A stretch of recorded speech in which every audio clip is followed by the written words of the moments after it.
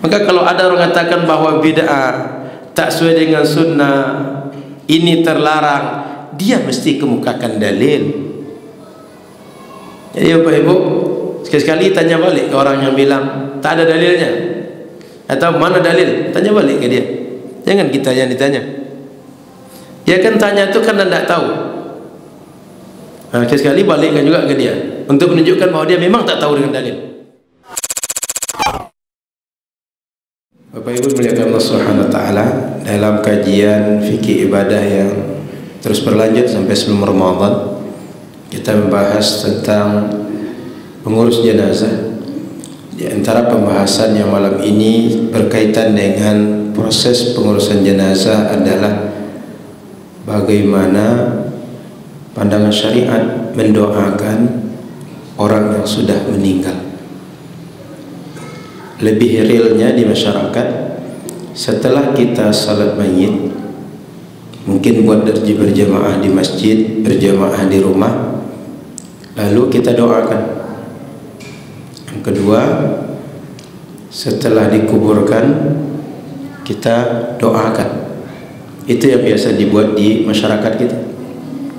Satu, setelah salat jamaah untuk salat mayit. Yang kedua, setelah dikuburkan. Bagaimana pandang syariat? Boleh atau tidak? Kita lihat dari hadis-hadis Nabi sallallahu alaihi wasallam dalam masalah ini. Dalam informasi umum, Nabi sallallahu alaihi wasallam mendoakan orang yang hidup dan orang yang mati. Siapapun sahabat, umat, didoakan Nabi. Siapapun umatnya.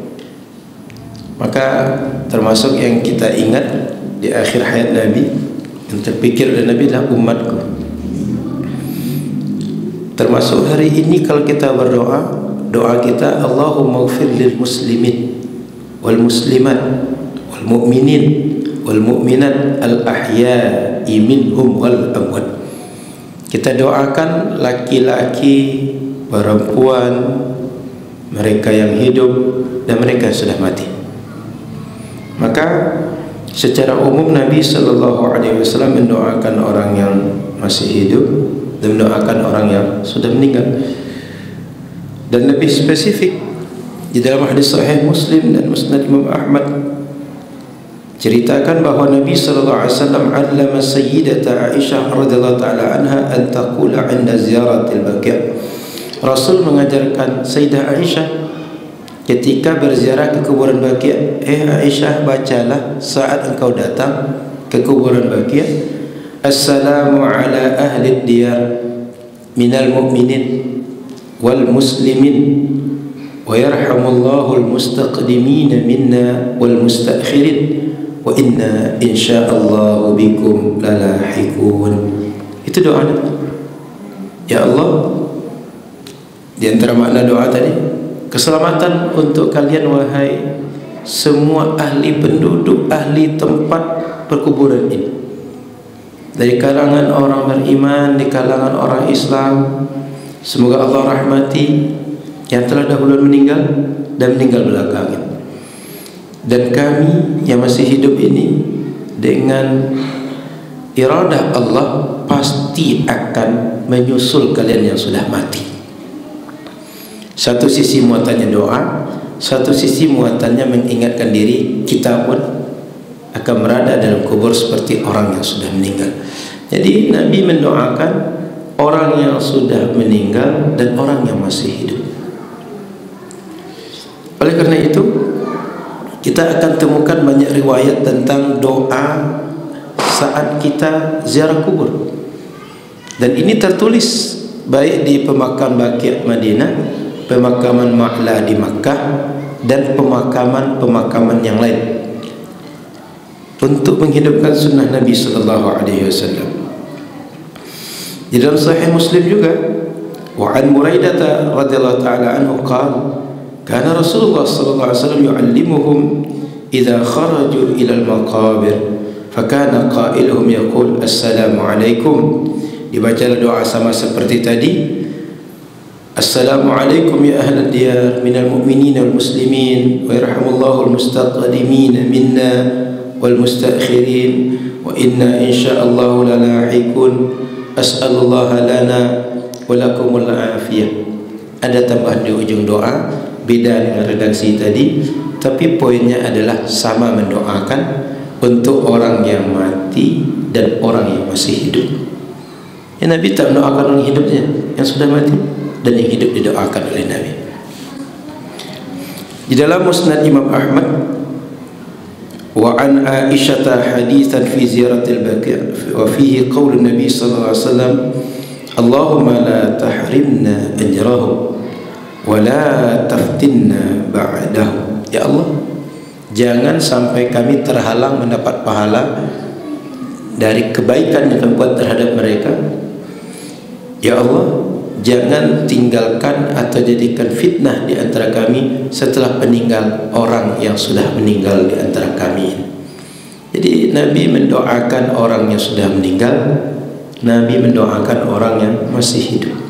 Maknanya secara umum dalam hadis-hadis Nabi Sahih Muslim dan Imam Ahmad ini boleh mendoakan orang yang masih hidup, begitu juga boleh mendoakan orang yang sudah wafat di antara kita. Maka kalau ditanya, kalau habis kita salat jenazah boleh tidak kita salatkan? Tentu saja boleh. Kenapa? Orang kalau sudah meninggal, sejak dia meninggal sampai kiamat nanti statusnya sama, mayit, tak akan berubah. Sehingga didoakan baru meninggal, seminggu setelah meninggal, sebulan setelah meninggal, setahun setelah meninggal, 10 tahun setelah meninggal, semuanya sama statusnya. Orang hidup mendoakan orang mati. Jadi mayit itu sama saja, mau meninggal sudah lama baru meninggal didoakan, sama saja mendoakan mayit. Kalau boleh mendoakan mayit ketika sahabat ziarah ke kuburan tadi, maka mayit yang baru meninggal boleh juga didoakan. Apa pula pembedaan? Apa pula pemisah? Kok bisa orang yang diziarah kuburnya boleh didoakan, orang yang baru meninggal tak boleh didoakan setelah salat mayit? Kalau ada orang membedakan, dia mesti mengajukan argumentasi. Dia mesti mengajukan argumen. Herannya dia bukan baru, sudah kejadian. Ada anak, sebagian anak doakan orang tua kita setelah salat mayit. Kata sebagian, tidak boleh. Segera angkat keranda itu. Enggak dibuat Rasul, enggak sesuai dengan sunnah. Ini sunnahnya. Tidak pernah dibuat Rasul. Kok ada dalil? Tidak sesuai dengan sunnah. Kok diajarkan kepada sahabat? Kita tahunya dari sahabat, bahkan tertulis sampai sekarang.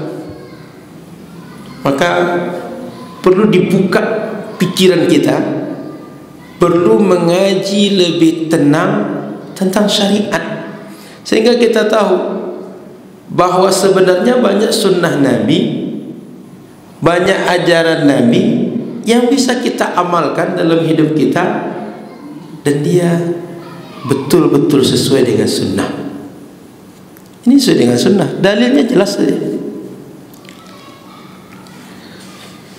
Maka Bapak Ibu dirahmati Allah Subhanahu wa taala, kalau kita mau belajar, sebenarnya lebih banyak lagi dalil dari yang kita baca tadi ada. Cuma kadang-kadang kita belum belajar banyak, belum membaca banyak, sudah terlanjur atau sudah pengen lebih awal berbicara yang bukan kapasitas kita, sehingga aneh-aneh yang keluar. Kemudian Bapak Ibu yang dirahmati Allah Subhanahu wa taala, berdasarkan hadis Nabi tadi, kalau kita tengok kesimpulan para ulama ahli hukum Islam, sunnah hukumnya mendoakan orang yang sudah meninggal. Dalil yang kedua, tadi hadis Nabi tadi.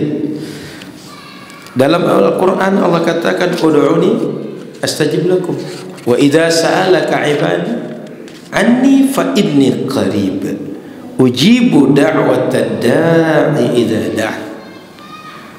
Ayat Quran banyak menyuruh kita berdoa, hadis Nabi banyak suruh kita berdoa. Ayat dan hadis itu redaksinya mutlak. Maknanya apa? Berdoalah, aku kabulkan. Mintalah, aku kasih. Itu tak diatur spesifik. Mendoa untuk diri kalian, mendoa untuk anak kalian, mendoa untuk orang hidup, mendoa untuk orang mati. Itu tak diatur spesifik. Maka mendoakan diri sendiri boleh, mendoakan orang hidup boleh, mendoakan orang sudah meninggal boleh. Sebab dia mutlak, lepas. Kalau ada yang membatasi hanya boleh mendoakan orang hidup, tak boleh mendoakan orang mati, kemukakan dalil. Kenapa tak boleh mendoakan orang mati? Dasarnya apa? Bukankah Rasul mendoakan orang yang sudah meninggal? Bahkan Rasul ajarkan kepada sahabat-sahabatnya, kalau kalian ziarah kubur, baca doa ini. Jadi Bapak Ibu yang dirahmati Allah Subhanahu wa taala, dia umum, dia mutlak, maka berlaku kapan saja. Mau berdoa untuk orang masih hidup, orang sudah meninggal, silakan. Mau didoakan orang baru meninggal, 1 hari meninggal, 3 hari meninggal, 7 hari meninggal, sebulan dia meninggal, 40 hari meninggal, setahun dia meninggal, setiap hari didoakan, silakan. Tak ada larangan. Yang membuat larangan, ajukan dalil. Apa dalilnya? Kok hanya boleh mendoakan ketika datang ke kuburan, setelah dia meninggal kok tak boleh? Jadi Bapak Ibu yang dirahmati Allah Subhanahu wa taala, tak ada dalil yang membatasi tidak boleh di kuburan misalnya, tak boleh setelah menyolatkan mayit, tak ada dalil. Kalau ada yang mendakwa ini tak dibuat Rasul, ini tidak boleh dibuat, tak sesuai dengan sunnah, kemukakan dalil anda. Karena orang kalau mendakwa, dia mesti mengemukakan bukti. Orang kalau mendakwa mesti berargumen. Kalau tidak, apa dasar bicara? Maka Bapak Ibu dirahmati Allah Subhanahu wa taala, ayat dan hadis Nabi yang menyuruh kita berdoa, termasuk Bapak Ibu mesti mendoa, ad-du'a'u huwal ibadah. Ad-du'a'u mukhul ibadah. Atas makna dengan itu, doa itu adalah ibadah. Doa itu adalah puncaknya dari ibadah. Dan banyak lagi redaksi yang lain. Poinnya adalah redaksi Al-Quran dan hadis Nabi untuk menyuruh kita berdoa bentuknya mutlak dan umum, sehingga bisa kapan saja kita doa. Tak mesti untuk diri sendiri atau untuk orang hidup, boleh untuk orang masih hidup, boleh untuk orang sudah mati, boleh didoakan setelah kita sholat, boleh didoakan kapan saja, dan boleh didoakan setelah sholat mayit, dan boleh didoakan setelah mayit dikuburkan di pusara mayit tadi. Itu poin ketiga. Poin kedua. Poin ketiga, dalam Al-Quran surah An-Nisa ayat 64, Allah katakan, walau annahum yadhalamu anfusahum ja'uka fastaghfirullaha wastaghfar lahumur rasul lawajadullaha tawwabar rahimah. Ini Al-Quran. Andaikan mereka berbuat zalim terhadap diri mereka, mereka buat dosa, berbuat salah, berbuat berbagai hal yang melanggar syariat, kemudian mereka mendatangi kubur Nabi Muhammad sallallahu alaihi wasallam, fastaghfirullah, mereka minta ampun kepada Allah, wastaghfar lahumur rasul, dan Rasul memohonkan ampun untuk mereka, lawajadallaha tawwabar rahimah, pasti Allah Subhanahu wa taala akan kita dapati dia tawwab, maha mengampuni dosa, dan dia sangat sayang dengan hamba-hambanya. Maka Bapak Ibu yang dirahmati Allah Subhanahu wa taala, ayat tadi redaksinya ja'uka, mereka mendatangimu. Siapa mendatangimu? Muhammad. Jadi orang-orang berdosa mendatangi kubur Nabi Muhammad untuk bertaubat dari dosa mereka di kuburan Nabi Muhammad, beristighfar kepada Allah di kuburan Nabi Muhammad sallallahu alaihi wasallam. Jadi sahabat Nabi dan para ulama salaf dulu berdoa di kuburan Nabi. Kan jauhkah mendatangi engkau? Mendatangi Nabi kapan? Setelah Nabi meninggal. Sahabat orang paling tahu dengan Nabi, didikan Nabi langsung, sehingga tahu mana yang boleh, mana yang tak boleh. Dan sahabat-sahabat yang datang ini banyak sahabat senior, datang ke kuburan Nabi dan berdoa di kuburan Nabi sallallahu alaihi wasallam. Maka Bapak Ibu yang dirahmati Allah Subhanahu wa taala, jelas bahwa ayat tadi menjelaskan berdoa di kuburan Nabi. Maka hari ini kalau ada orang sudah kita kuburkan, lalu kita berdoa bersama di situ, ini dibuat oleh sahabat Nabi. Maka Bapak Ibu dimuliakan Allah Subhanahu wa taala, buka wawasan kita untuk mengetahui mana yang dibuat salaf. Jangan berdalil atau berargumentasi, ini enggak dibuat Rasul, enggak dibuat sahabat. Pertanyaannya, tidak dibuat Rasul dan sahabat, atau kita tidak tahu Rasul dan sahabat membuat? Paham bedanya? Tidak dibuat oleh Rasul dan sahabat, satu.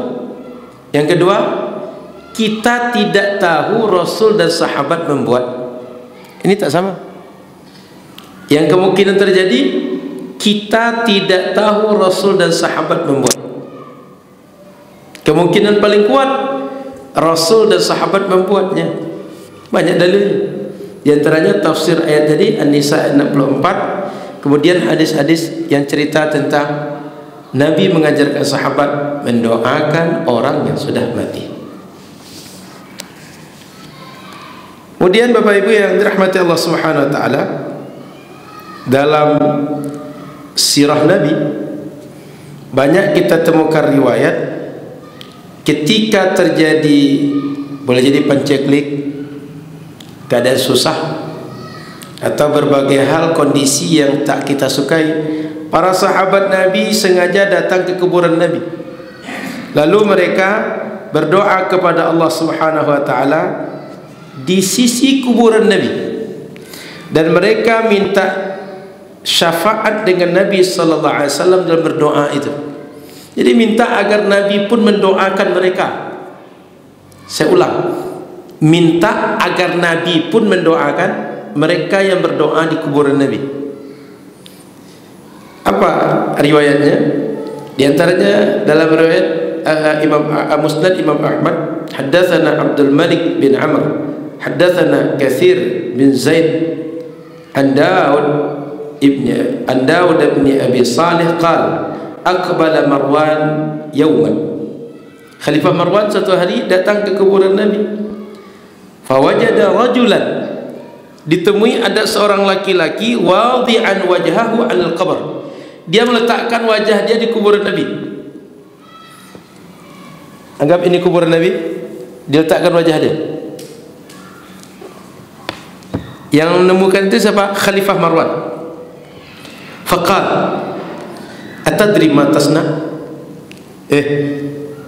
Pak, Tuan, tahukah yang Tuan buat itu ini benar atau tidak menurut syariat? Pertanyaan orang tadi, Marwan kepada orang yang wajahnya ditempelkan ke kuburan Nabi. Fa aqbala alaihi. Orang tadi kaget. Siapa nih yang tanya saya? Kok saya ditanya? Maka bertengok, ada apa? Siapa nih? Dia menjawab orang tadi.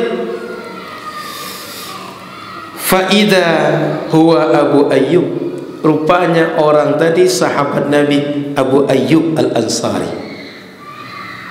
Abu Ayyub, saat kita buka sejarah Nabi pertama datang ke Madinah, nginap di rumah sahabat Abu Ayyub. Abu Ayyub Al-Ansari itu, beliau yang datang ke kuburan Nabi. Faqala na'am. jitu Rasulullah sallallahu alaihi wasallam ulam atil hajar. Aku saat ini engkau lihat sedang meletakkan wajahku di kuburan Nabi ini. Aku ke sini sedang berdoa. Aku mendatangi Nabi, bukan mendatangi Hajar Aswad. Sami'tu Rasulullah sallallahu alaihi wasallam yaqul, aku pernah mendengar Rasul mengatakan, Rasul bersabda dulu, la tabku 'ala ad-din idza waliyahu ahluh, walakinni buku 'alaihi idza waliyahu ghairu ahli. Kata Nabi, jangan tangisi agama jika yang mengurus agama ini memang ahlinya, tapi menangislah apabila urusan agama ini diurus bukan oleh orang yang ngerti agama. Jadi sahabat Abu Ayyub tadi akan mengatakan, yang aku buat nih, ini adalah boleh dibuat.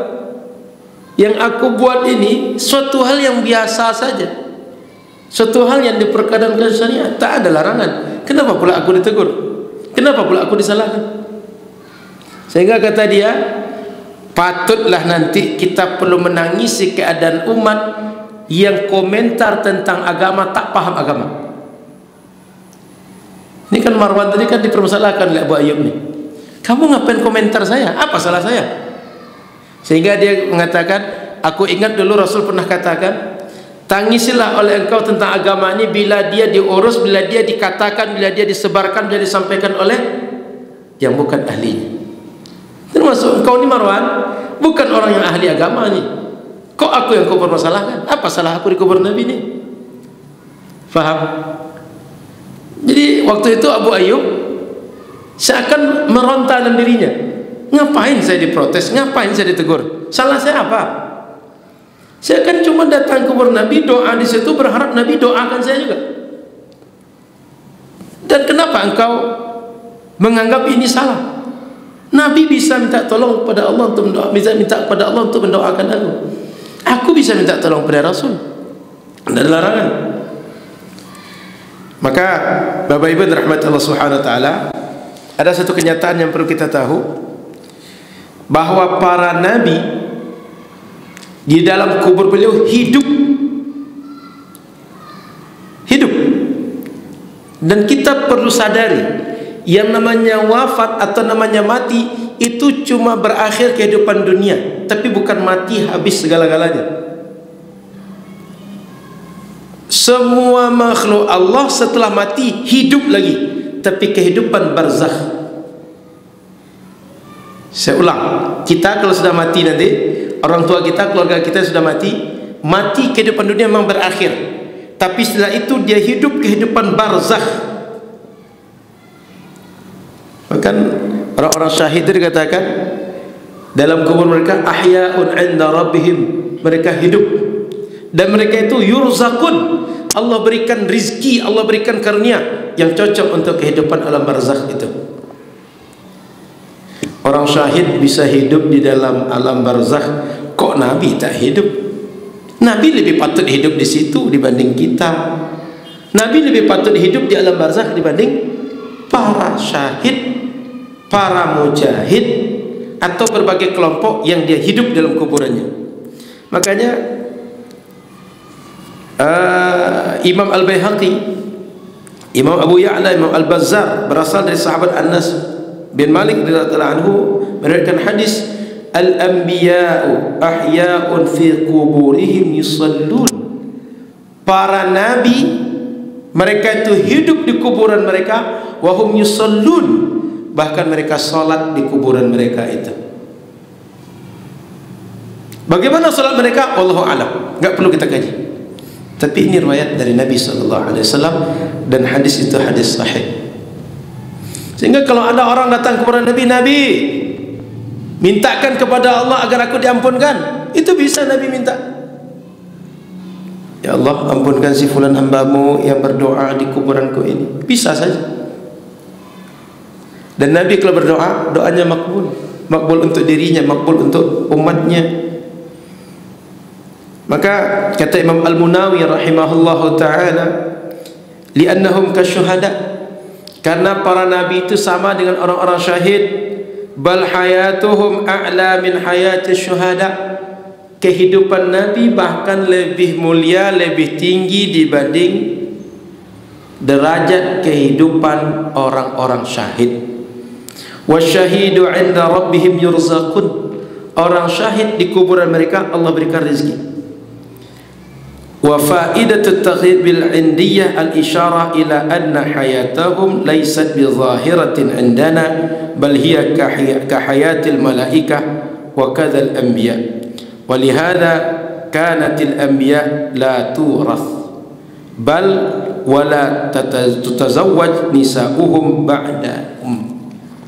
Jadi Bapak Ibu yang dirahmati Allah Subhanahu wa taala, dilanjutkan oleh Imam Al-Munawi ketika disebutkan bahwa berdoa di kuburan mereka, di kuburan Nabi, atau dikatakan bahwa di kuburan mereka Allah berikan rizki, ini menunjukkan bahwa kehidupan mereka itu zahir.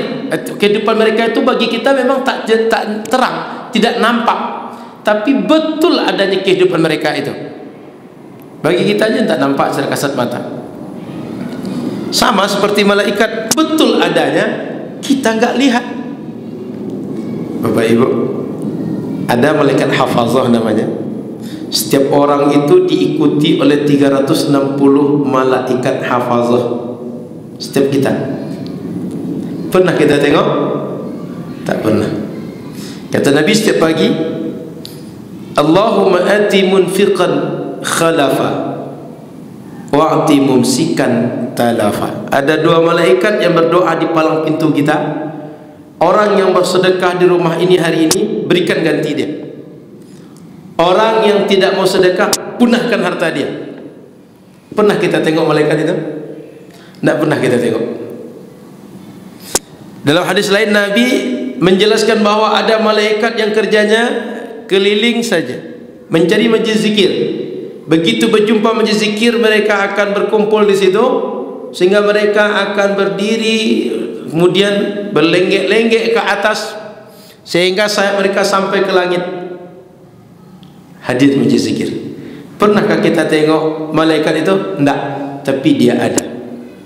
Begitu juga, tahukah kita kehidupan orang mati atau nabi, orang syahid itu ada atau tidak? Kasat mata tidak, tapi dia hidup. Dalilnya apa? Ayat Quran. Dalilnya apa? Hadis Nabi. Karena perkara alam gaib seperti nikmat kubur dan azab kubur atau kehidupan setelah meninggal di alam barzakh, itu tak nampak kasat mata kita dan tak bisa dinalar oleh logika kita. Solusinya, cara kita tahu cuma satu, berita dari yang tahu tentang itu. Siapa yang tahu? Allah dan Rasul yang tahu. Maka kalau Allah kabarkan, Rasul yang kabarkan, yang tahu yang mengabarkan. Kalau ada yang mengingkari, ada yang menafikan, yang mengingkari, yang menafikan orang yang tak tahu. Yang ngasih tahu, yang tahu. Jadi Bapak Ibu rahmat Allah Subhanahu wa taala, kata Imam Al-Munawi, hidup mereka itu real, betul adanya, tapi tak nampak kasat mata oleh kita. Sama seperti kehidupan malaikat sekitar kita.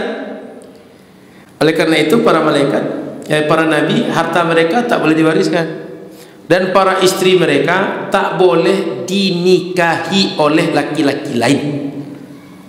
Maka ini disebut para istri Nabi itu ummul mukminin atau ummahatul mukminin. Mereka itu ibarat ibu bagi kalian. Mana ada orang menikahi ibunya? Itu orang yang tak beradat dan tak beradab yang menikahi ibu dia.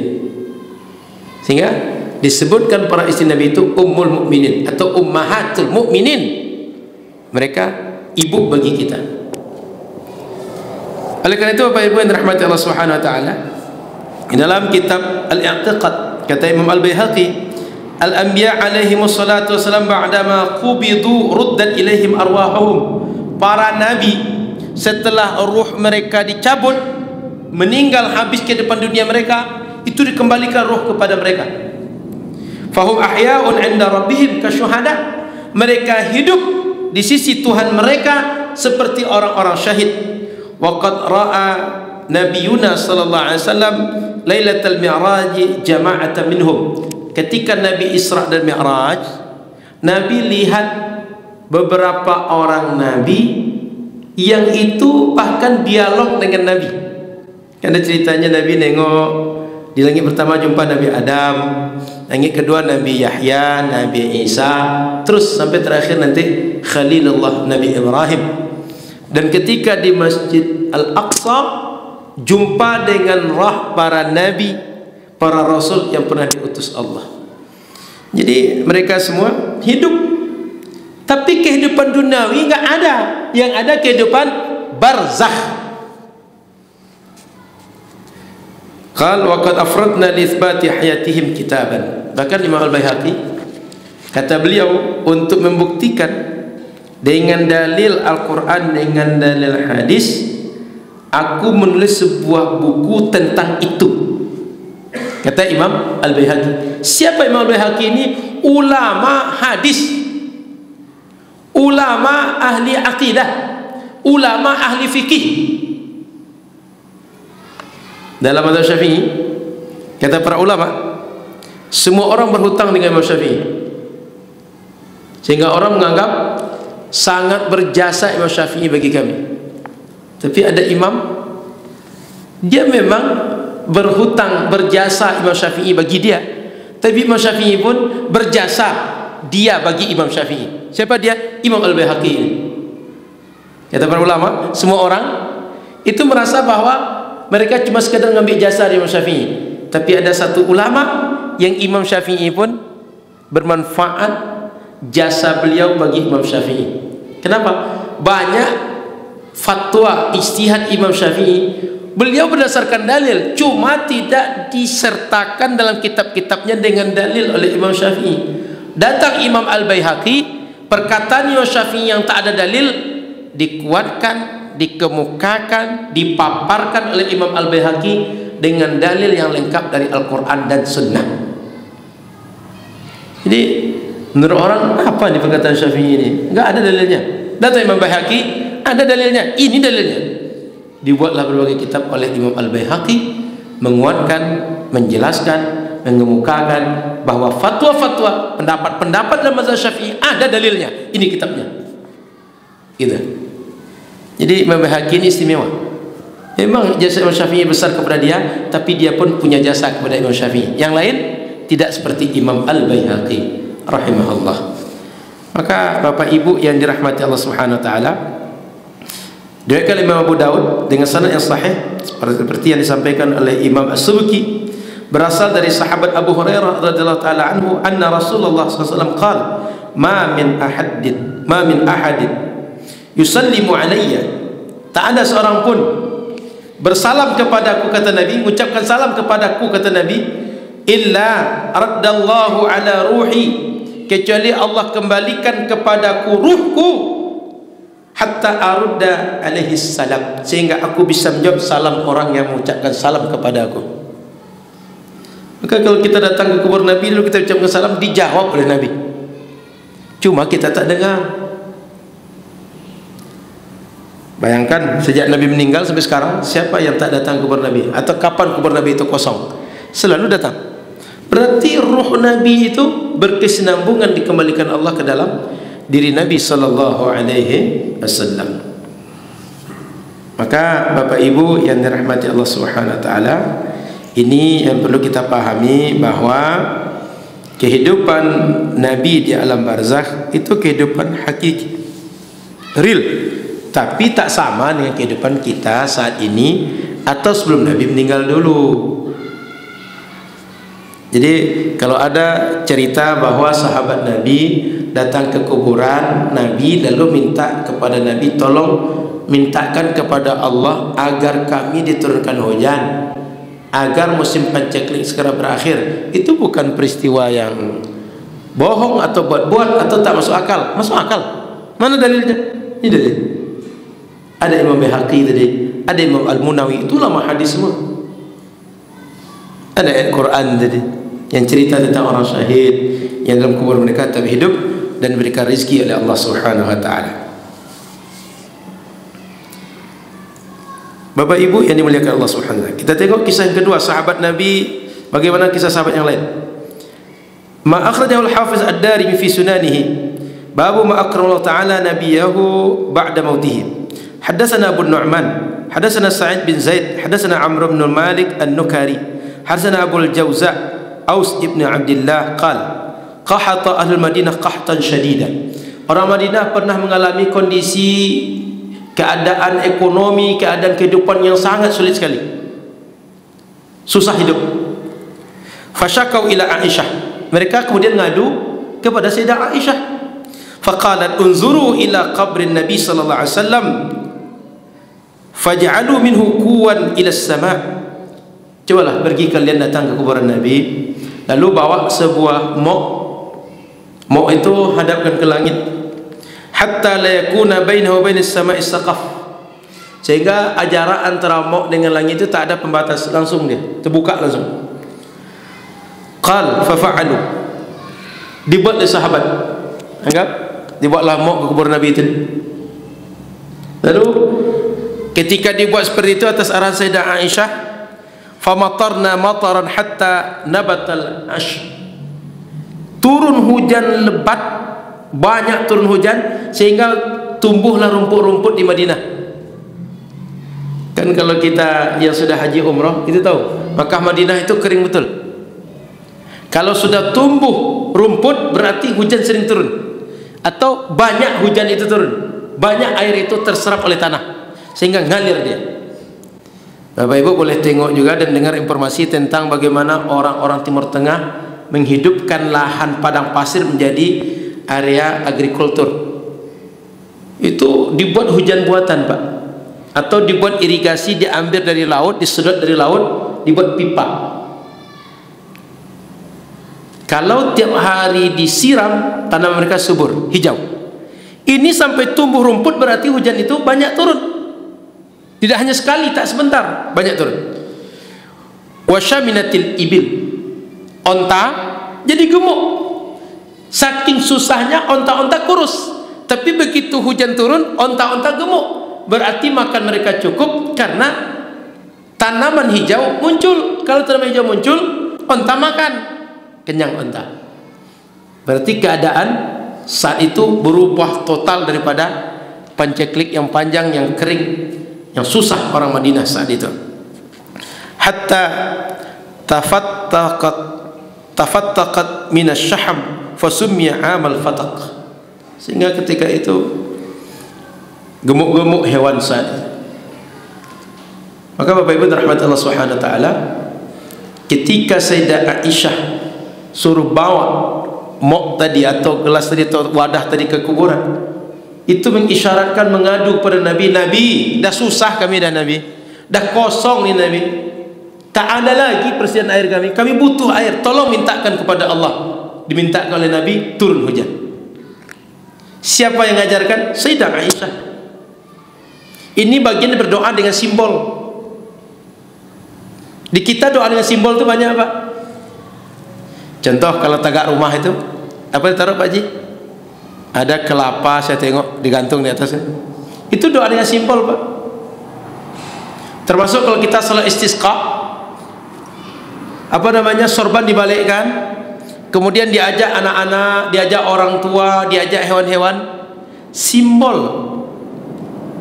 Ya Allah, kami ini susah, kami ini sudah kehausan, dah kelaparan.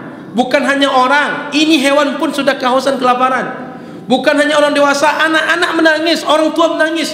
Tolong kasih ya Allah, tolong balikkan keadaan kami. Ketika dibalikkan sorban tadi, tolong balikkan keadaan kami yang susah kepada keadaan yang baik ya Allah. Doa dengan simbol. Dan diajarkan oleh Nabi, diajarkan oleh sahabat Nabi radhiyallahu taala anhum. Maka bapak-bapak jangan mudah menuduh syirik apa yang dibuat oleh masyarakat. Seperti kayak kita kadang-kadang apa namanya, tepung tawar itu kan simbol dibuat oleh masyarakat. Berharap anak ini tumbuh dengan sehat, rezekinya cukup, dijaga oleh Allah. Kan tengok tepung tawar itu ada padi kan, atau beras kan. Maka Bapak Ibu muliakan Allah Subhanahu wa taala, umat kita ketika mereka melakukan tradisi-tradisi Itu jangan anggap ini sekedar nalar, sekedar buat-buat mubazir, belum tentu begitu. Termasuk masyarakat kita kadang-kadang pakaian saja ada simbolnya, Pak. Contoh, pakaian orang nenek mamak dulu itu nggak ada kancing, Pak. Tujuannya apa? Untuk menggambarkan bahwa nenek mamak mesti berdada lapang, besar masalah, kecil masalah ditampung oleh dia. Dan bajunya tak bersaku. Apa simbolnya? Dia orang yang tidak menunggu ini masuk ke saku. Dia tanpa pamrih. Bapak Ibu boleh dikaji pakaian adat kita tuh punya simbolnya, Pak. Ada filosofi di balik itu. Kenapa keris itu dipasang di depan? Kenapa di belakang? Kenapa di samping? Itu ada simbolnya, Pak. Boleh Bapak Ibu nanti kaji apakah tambo namanya atau berbagai hal yang jadi rujukan tentang budaya daerah. Ada simbolnya. Baik, poinnya adalah Sayyidah Aisyah suruh berdoa di kuburan Nabi radhiyallahu taala anha. Dalam Sunan Musannaf Ibnu Abi Syaibah ceritakan hadatsana Abu Muawiyah anil A'mash an Abi Salih an Malik ad-Dar wa kana khazin Umar ala at-ta'am. Diceritakan dari Abu Muawiyah dari A'mash dari Abu Salih dari Malik ad-Dar. Malik ad-Dar ini adalah seorang penjaga makanan yang ditugaskan oleh Umar ibn al-Khattab. Wa asaban nasu qahtun fi zaman Umar, kata dia di zaman Umar itu ekonomi sulit, susah, kering, kerontang. Faja'a rajulun ila qabri Nabi sallallahu alaihi wasallam, maka seseorang datang ke kuburan Nabi sallallahu alaihi wasallam faqal ya Rasulullah, wahai Rasul, istasqi li ummatika, tolong mintakan kepada Allah agar disirami umat engkau dengan hujan. Istasqi, kalimat menunjukkan littalab, Nabi tolong mintakan kepada Allah agar turun hujan membasahi umat engkau. Fa innahum qad halaku, mereka ini sudah hampir punah lagi, hampir mati mereka ini semua lagi saking susahnya hidup mereka. Fa atar rajulu fil manam fa atar rajulu fil manam faqila lah, maka Rasul ketika itu mendatangi orang tadi dalam tidurnya dan dikatakan kepada dia, i'ti Umar faqri'hus salam. Rasul mendatangi laki-laki yang berdoa tadi, yang mintakan tolong Nabi doakan agar umat ini dikasih hujan. Begitu dia tidur, Nabi datang kepada dia dalam mimpi. Pergi engkau datang pada Umar, bacakan salamku kepada Umar, kata orang tadi. Wa akhbarahu annahum masqiyun, lalu dikabarkan kepada Umar, tenang saja, akhbirhu, kabarkan Umar bahwa kalian sebentar lagi akan diberikan hujan oleh Allah Subhanahu wa taala. Wa qul lahu alaikal kais, lalu sediakan kis kata Rasul. Fa ata Umar fa akhbarah, lalu laki-laki tadi datang Umar dan ngasih kabar kepada Umar radhiyallahu taala anhu. Fa baka Umar menangis. Thumma qal, lalu Umar berkata, ya Rabb, la alu illa ma ajistu anhu. Umar nangis, dia datang orang tadi. Poinnya adalah bahwa ada laki-laki yang berdoa di kuburan minta hujan. Kuburan siapa? Kuburan Nabi. Lalu Nabi menjawabnya dalam mimpi, kalian akan dikasih hujan. Hujan turun. Lalu orang tadi kalaulah berdoa di kuburan itu salah, Umar pasti marah. Tapi Umar justru nangis dikasih berita tadi. Gak mungkin Umar membenarkan orang yang salah, apalagi khalifah, orang yang tahu dengan Rasul, yang dididik langsung oleh Rasul. Bahkan orang yang tak terima ketika Rasul meninggal dikatakan bahwa Rasul telah wafat, marah Umar. Siapa bilang Muhammad meninggal, aku tebas dari leher dia. Maka Bapak Ibu yang dirahmati Allah Subhanahu wa taala, sangat banyak dalil yang menjelaskan bahwa sahabat-sahabat Nabi berdoa di kuburan Nabi. mengadukan kesulitan, mengadukan kondisi umat dan segala macam, dan itu tercatat dalam hadis-hadis, dalam athar yang bisa kita rujuk kalau kita mau membuka buku-buku hadis dan athar. Maka ulama 4 mazhab sepakat boleh untuk berdoa di kuburan. Bahkan sebagian mengatakan sunnah berdoa di kuburan. Hukumnya 2 saja, mubah dan mustahab. Boleh dan sunnah, tak ada yang lain. Tidak disebut wajib, tak disebut haram, tak disebut makruh, tak disebut dengan bid'ah, tapi sunnah dan mubah, 2 saja. Maka kalau ada orang katakan bahwa bid'ah tak sesuai dengan sunnah, ini terlarang, dia mesti kemukakan dalil. Jadi Bapak Ibu, sekali-sekali tanya balik ke orang yang bilang tak ada dalilnya, atau mana dalil, tanya balik ke dia. Jangan kita yang ditanya. Dia kan tanya itu karena tidak tahu. Sekali-sekali balikkan juga ke dia untuk menunjukkan bahwa dia memang tak tahu dengan dalil. Demikian.